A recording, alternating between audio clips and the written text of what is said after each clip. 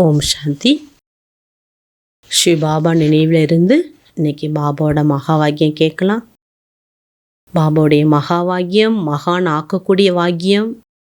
இந்த மகா வாக்கியத்தை நம்ம கேட்கும்போது நம்மளுடைய ஸ்திதி மகான் ஸ்திதியாக இருக்கும். நம்மளுடைய பார்வை மகான் பார்வை. நம்மளுடைய வாயிலிருந்து வரக்கூடிய ஒவ்வொரு சப்தங்களும் மகான் சப்தங்கள், மகான் ஆக்கக்கூடிய சப்தங்கள். ஆகவே மகா வாக்கியத்தை நம்ம அன்பாக கேட்போம். 5 டிசம்பர் 2024. பாபா தலைப்பு சொல்கிறார், மீட்டே பச்சே तुम्हें जो भी ज्ञान मिलता है उस पर विचार सागर मंथन करो. இனிமையான குழந்தைகளே, உங்களுக்கு எந்த ஒரு ஞானம் கிடைத்துள்ளதோ அதை பற்றி நல்ல புத்தியில சிந்தனை செய்யுங்க. ஞான் மந்தன் சேகி அமிர்த் நிக்கலேகா. இப்படி கடலை கடைவாங்க. கடலை கடைய நிறைய அமிர்தங்கள்லாம் கிடைச்சதா சொல்றாங்க. சாஸ்திரத்துல சொல்லப்பட்டிருக்கு.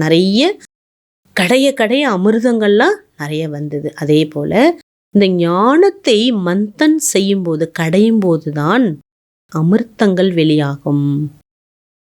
அமிர்தம் வெளியாகும். நிறைய அமிர்தம் இருக்கு. ஞான அமிர்தம், பேரு ஞானாமிர்தம். இப்ப ஞானத்தை நம்ம கடையும் போதுதான் அதிலிருந்து அமிர்தத்தை நாம் எடுக்க முடியும்.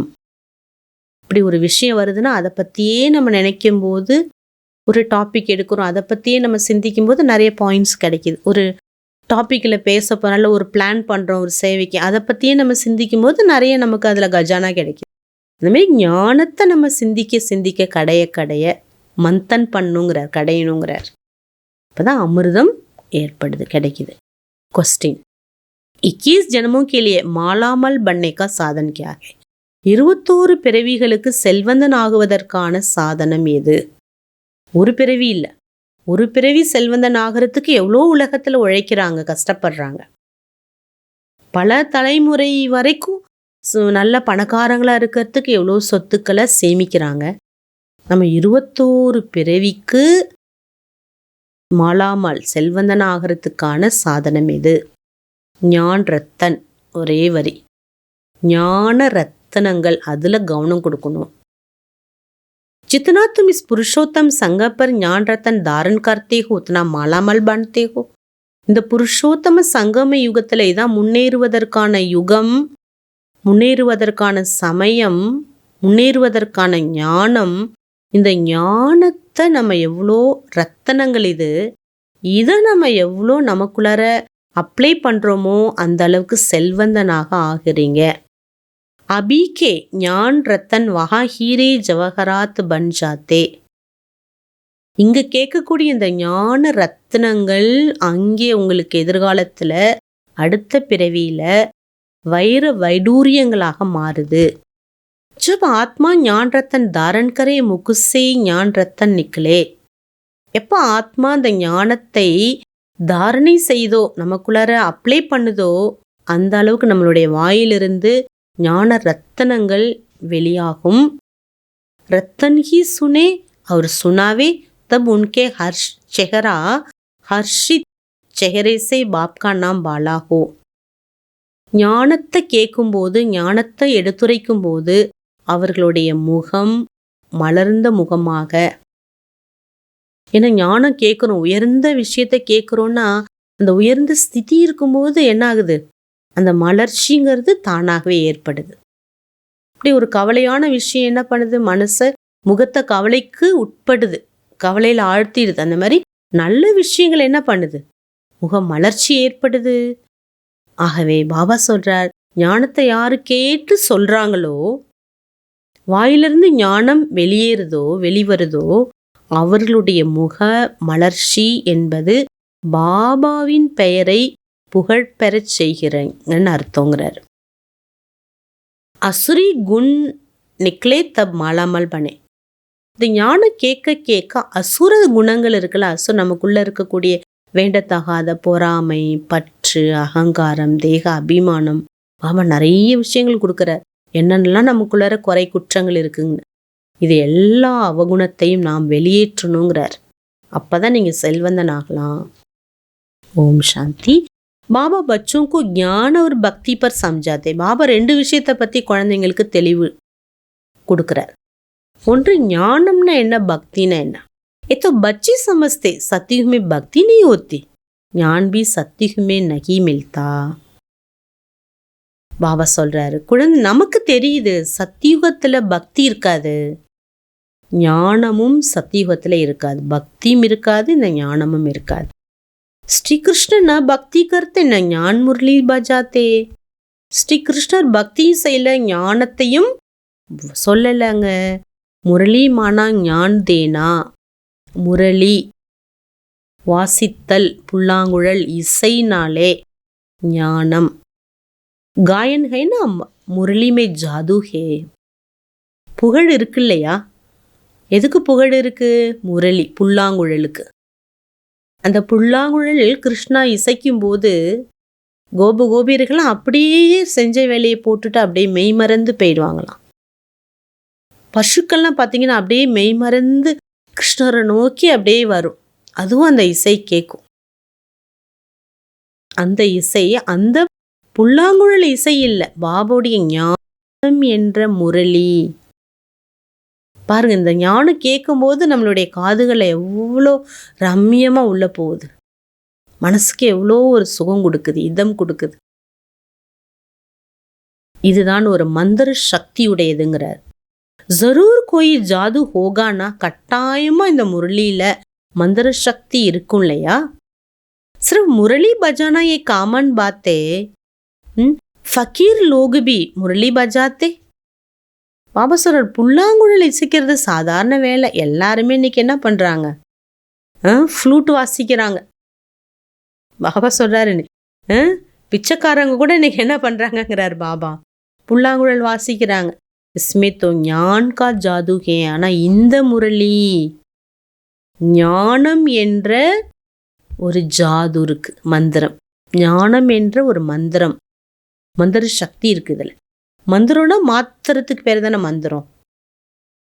இந்த மாதிரி ஞானம் என்பது நம்மளை வாழ்க்கையை மாத்துது, எண்ணங்களை மாத்துது, சப்தங்களை மாத்துது, நேச்சரை மாத்துது. இதுக்கு பேர் தான் ஞானம். அஜ்ஞான் கா ஜாது நகி கஹாங்க. அஜ்ஞானத்தை மந்திரம் என்று சொல்ல முடியாது. மனுஷி சமஸ்தை கிருஷ்ண முரளி பஜாத்தா தா உன்கி போத்து மகிமா கர்த்தே. எல்லாருமே பக்தி மார்க்கத்துல தானே இருக்காங்க. கிருஷ்ணர் புல்லாங்குழல் வாசிச்சார், இப்படிலாம் நடந்தது, இப்படிலாம் எல்லாருமே வந்து கேட்டாங்க, அப்படிலாம் சொல்லப்படுது. பாபா கேத்தே கிருஷ்ண தோ தேவதா தா. பாபா விளக்கம் கொடுக்கிறார், கிருஷ்ணர் தேவதையா தானே இருந்தாரு. மனுஷிய சே தேவதா, தேவதா சே மனுஷே ஹோத்தாகி ரேத்தா. மனிதன் தேவதையாகவும் தேவதை மீண்டும் மனிதனாக மாறுவது இந்த டிராமால இருக்கு. தெய்வீ சிருஷ்டி பி ஹோத்தி ஹே தோ மனுஷ சிருஷ்டி பி ஹோத்தி ஹே. தெய்வீக உலகம்னு ஒன்று இருக்குது, பிறகு மனித உலகம்னு ஏற்படுது. ஞான் சே மனுஷ சே தேவதா பன்தே. பாபா சொல்லக்கூடிய இந்த ஃப்ளூட் ஞான முரளி மூலமாக நீங்க மனிதனிலிருந்து தேவதை ஆகின்றீர்கள். ஜப் சத்யுக ஹே ஞான் கா வர்ஷா ஹே. எப்போ சத்தியுகம் இருக்குதோ அங்கே ஞானம் என்ற ஆஸ்தி இருக்குது. சத்தியுகமே பக்தி ஹோத்தி நகி. பாபா சொல்றாங்க, சத்தியுகத்தில் பக்தி கிடையாது. தேவதா ஜப் மனுஷ்ய பன்தே தப் பக்தி சுரு ஹோத்தி ஹே. பாபா சொல்றாரு, எப்போ மனிதர்கள் தேவதை ஆகின்றார்களோ அப்போ, மனிதர்கள் தேவதை எப்போ ஆகுறாங்க அப்போ பக்தி கிடையாது, ஞானமும் இல்லை. ஆனா தேவதை எப்போ மனிதன் ஆகுறாங்களோ அப்பொழுது பக்தி என்பது தொடங்குது. இதை பற்றிலாம் பாபா தெளிவான விளக்கங்களை நமக்கு சொல்லிட்டு இருக்கார். அபி தும் ஈஸ்வரிய ஸ்டூடெண்ட் ஹோ. இப்போ நீங்கள் ஈஸ்வரிய ஸ்டூடெண்ட். जानती हो मनुष्य से देवता बनने की पढ़ाई बाप पढ़ा रहे. देवता तो नहीं पढ़ाएंगे. மனிதனை தேவதையாக ஆக்கக்கூடிய பாடத்தை தேவதை நடத்த மாட்டாங்க. பரமாத்மா சிவன் தான் இந்த பாடத்தை நமக்கு கற்றுக் கொடுத்து மனிதனை देवதையாக மாத்துறார். ज्ञान का सागर. देवताओं को कभी ज्ञान का सागर नहीं कहा जाता. बाबा को ही ज्ञान का सागर है. பாபாவுக்கு பேர் தான் ஞானக்கடல், தேவதைகளுக்கு ஞானக்கடல் என்று சொல்ல முடியாது. अपने से पूछना चाहिए हमारे में अभी दैवी गुण है. உங்களை நீங்களே கேளுங்க, என்னிடம் தெய்வீக குணம் இருக்கா? अगर दैवी असुरी गुण है तो उसे निकाल देना चाहिए तब देवता बने. பாபா சொல்றார், இப்போ நமக்குள்ளார ஆழ்ந்து உள்ளே போகணும். எனக்குள்ளார என்னெல்லாம் அசுரத்தன்மைகள் முள்ளா குத்துது, துன்புறுத்துது, இதெல்லாம் நம்ம உள்ளுக்குள்ளே போய் போய் பார்க்க தான் அந்த அசுரத்தன்மைகளை நம்ம வெளியேற்ற முடியும். அப்போ தான் நம்ம தேவதா ஆக முடியும். जो विचार सागर मंथन करते रहेंगे उनको ही धारणा होगी. ஞானத்தை யாரு நல்லா கடையிறாங்களோ அவங்களுக்கு தான் பாபா சொல்றாரு தாரணை என்பது ஏற்படும். தாரணைனா அவங்க நடைமுறைப்படுத்துவாங்க. जो विचार सागर मंथन नहीं करते उनको बुद्धू कहेंगे. ஞானம் கிடைச்சும் அதை கடைய தெரியல. தயிர் இருக்குது ஆனால் கடைஞ்சி வெண்ணெய் எடுக்க தெரியலன்னா அவங்க புத்திசாலி இல்லைன்னு தானே அர்த்தம். மாரி பகவான் கிடைச்சும் ஞானம் கிடைச்சும் அதை யூஸ் பண்ணிக்க தெரியலன்னா பாபா சொல்கிறாங்க பயன்படுத்த தெரியாதவங்களும் ஆயிடுறாங்க. அச்சா, தாரணைக்கான ஃபர்ஸ்ட் பாயிண்ட், अपनी साहारी பொசிஷன் आदि का अहंकार मिटा देना. தன்னுடைய செல்வந்த தன்மை, நான் பெரிய பணக்காரன், நான் பெரிய போஸ்டில் இருக்கேன், நான் பெரிய மதிப்பு இருக்கேன் எனக்கு உலகத்தில், இந்த ஒரு அகங்காரத்தை அழித்து விட வேண்டும். பாபா அதனால தான் முதல் கேள்வியே நீங்கள் யார்? ஆத்மா. அழியாத ஒரு சக்திங்கிற ஞானம் கொடுத்துட்டார். அவினாஷி ஞான் தன் சே ஸ்வயம் கோ மாலாமால் பனானா. அழிவற்ற ஞான செல்வத்தால் தன்னைத்தானே செல்வந்தனாக ஆக்குங்க. சர்வீஸ்மே கபிபி தக்னா நகி. பாபா சேவையில் ஒரு பொழுதும் களைப்பு என்பது வரக்கூடாது. नेक्स्ट पॉइंट, वातावरण को अच्छा रखने लिए मुख से सदैव रतन निकालने हैं. சூழ்நிலையை நல்லாக்கிறதுக்கு சதா நம்ம வாயிலிருந்து ரத்தனங்களை வெளியேற்ற வேண்டும். ஒரு சின்ன வார்த்தை, அசுப வார்த்தை சொல்லியாச்சுன்னா சூழ்நிலையே வீணாயிடுது, டென்ஷன் ஆகுது அடுத்தவங்களுக்கு. இப்போ சூழ்நிலையை நல்லாக்கிறதுக்கு நம்ம வாயிலிருந்து நல்ல விஷயத்தை நம்ம சொல்லணும். दुख देने वाली बोल न निकले ये ध्यान रखना. हर्षित मुख रहना. பாபா சொல்றார் சந்தோஷமா இருங்க, உங்க வாயிலிருந்து துக்கம் தரக்கூடிய வார்த்தை வரக்கூடாது, அதுல நீங்க கவனம் கொடுக்கறது ரொம்ப அவசியங்கிறார். வரதானன், केसी भी वायुमंडल में मन बुद्धि को सेकंड में एकाग्र करने वाले सर्वशक्ति संपन्न भव. எப்படிப்பட்ட சூழ்நிலையிலும் மனம் புத்தியை செகண்டில் ஒருமுகப்படுத்தக்கூடிய சர்வ சக்திகள் நிரம்பியவர் ஆகுங்கள். பாப் தாதா ने सभी बच्चों को सर्व शक्तियां वर्षे में दी. கடவுள் எல்லா சக்திகளையும் சொத்தாகவே நமக்கு எழுதி வச்சிட்டார், கொடுத்துட்டார். याद की शक्ति का अर्थ ही मन बुद्धि को जहां लगाना चाहो वहां लगा. நினைவு சக்தின்னு அர்த்தம் என்னன்னா, நம்ம மனசை பாபாட்ட கொண்டு போகணும்னு நினைக்கிறோமா, நிராகார் பிந்து பாபாட்ட போயிடணும். किसी भी वायुमंडल के बीच अपने मन बुद्धि को सेकंड में एकाग्र कर लो. சூழ்நிலை அந்த மாதிரி இருக்கா, அவங்க மனசை என்ன பண்ணுங்க, கம்ப்ளீட்டாக சைலன்ஸ் ஆக்கிடுங்க. परिस्थिति हलचल की हो, वायुमंडल तमोगुनी हो, माया अपना बनाने का प्रयत्न करेगी हो, फिर भी सेकंड में एकाग्र हो जाओ. சூழ்நிலை சரியில்லையா, ரொம்ப மோசமாக இருக்குது, ஒரு பிரச்சனையான ஒரு இடத்துக்கு போகிறீங்க, மாயாவுடைய ஒரு தாக்கம் அங்கே இருக்குது அப்படின்னா நீங்கள் சைலன்ஸ் ஆகிடுங்க அந்த நேரம். ஐசி கண்ட்ரோலிங் பவருக்கோ தப் கஹேங்க சர்வசக்தி சம்பன். அந்த மாதிரி கண்ட்ரோலிங் பவர் நமக்கு இருக்கணும். பேசக்கூடாதுன்னு பேசக்கூடாது, சூழ்நிலை சரியில்லை நம்ம எதுவும் வாயை தரக்கூடாதுன்னு திறக்கக்கூடாது.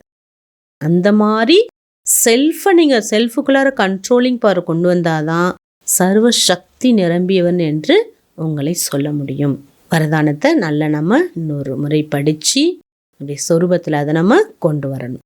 ஸ்லோகன், विश्व कल्याण की जिम्मेवारी और पवित्रता की लाइट का ताज पहनने वाले ही डबल ताजदारी बनते हैं.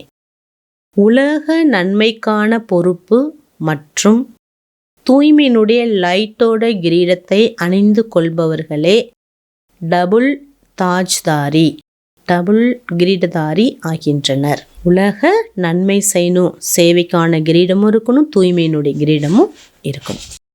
5ஆம் தேதி பாபா திருப்தியாக இருக்கிறதுக்கான 5வது பாயிண்ட் சொல்றார்.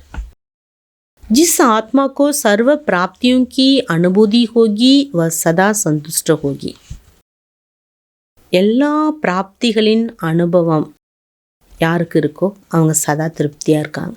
எல்லாமே பாபா கொடுத்துட்டார், எல்லாமே நிறைஞ்சிருக்கு, எந்த குறை இல்லை, அப்படி திருப்தி இருக்கணுங்கிறார்.